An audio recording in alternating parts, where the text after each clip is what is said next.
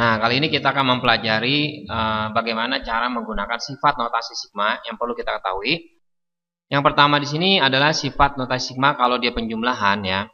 Maka di sini kita bisa pecah bentuknya menjadi dua bagian seperti ini. Dengan ininya komponen ininya tetap sama ya. Nah, berarti ini juga sama kalau kita tulis, berarti ini sigma K-nya dari 1 sampai 3 untuk K pangkat 3 ya. Kita kurangkan dengan sigma K-nya 1 sama dengan 1 itu sampai 3 juga. Ini untuk K ya. Nah, kita hitung berarti di sini kita masukkan 1 berarti 1 pangkat 3 ditambah 2 pangkat 3 ditambah 3 pangkat 3. Kita kurangkan dengan yang K-nya kita mulai dari 1 ditambah 2 ditambah 3. Nah, hasilnya kalau kita hitung yaitu menjadi 30.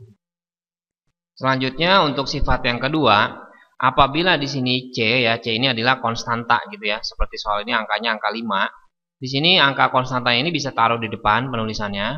Jadi kalau bentuk seperti ini bisa kita buat 5 dikalikan dengan sigma K-nya sama dengan 1 sampai 4 untuk K kuadrat. Nah, jadi kita ngitungnya ntar 5 dikalikan dengan 1 kuadrat ditambah 2 kuadrat ditambah 3 kuadrat ditambah 4 kuadrat. Nilainya 150. Nah, selanjutnya kalau misalnya kita punya sigma ya, K-nya sama dengan M sampai N, tapi ini konstanta aja ya, jadi nggak ada fungsi-fungsi lain gitu. Kita bisa menghitungnya dengan cara yang atas ini dikurangin dengan yang bawah, tapi selalu ditambahkan 1. Nah, hasilnya dikalikan dengan konstantanya itu. Jadi contohnya kalau kita menghitung ini, berarti 5 dikurangin 1 ya, dari sini 5 dikurangin 1, rumusnya itu harus ditambahin 1, hasilnya baru ntar dikaliin 10. Jadi kita hitung hasilnya 50. Selanjutnya untuk sifat notasi sigma ini, sekarang kalau kita perhatikan di sini ada P-1 ya. Di sini ada K sama dengan M. Kemudian di sini ada P ya. Itu lebih jelasnya lebih baik kita lihat di sini bentuknya. Maksudnya P-1 di sini artinya nilai ini sama nilai ini itu ada selisih ya. Perbedaannya 1, tetapi di sini lebih kecil. Contohnya di sini ada 3, di sini ada 4. Nah, di sini kalau dia fungsinya sama, jadi misalnya kayak gini sama ya. Kita bisa kayak gini nih, ini fungsinya sama ya. Kita bisa menggabungkannya. Jadi yang posisi yang perbedaan selisih 1 ini nih, yang atas sama ini, kita bisa abaikan di sini ya. Jadi kita nulis ntar sigma K-nya sama dengan 1 sampai 6 ya. Dari ini yang kita tulis sama ini K sampai 6 untuk 6K kuadrat. Nah, jadi seperti itu. Jadi apabila ininya sama tapi ini memiliki perbedaan selisih 1, kita bisa menyingkat seperti ini bentuknya. Nah, selanjutnya kita tinggal menghitung aja 6 dikali 1 kuadrat ditambah 6 dikali 2 kuadrat ditambah 6 dikali 3 kuadrat terus sampai 6 dikali 6 kuadrat ya. Nah, seperti itu. Nah, tapi kalau kita menggunakan sifat logaritma lagi boleh aja yang konstanta 6 ini kita taruh di depan jadi 6.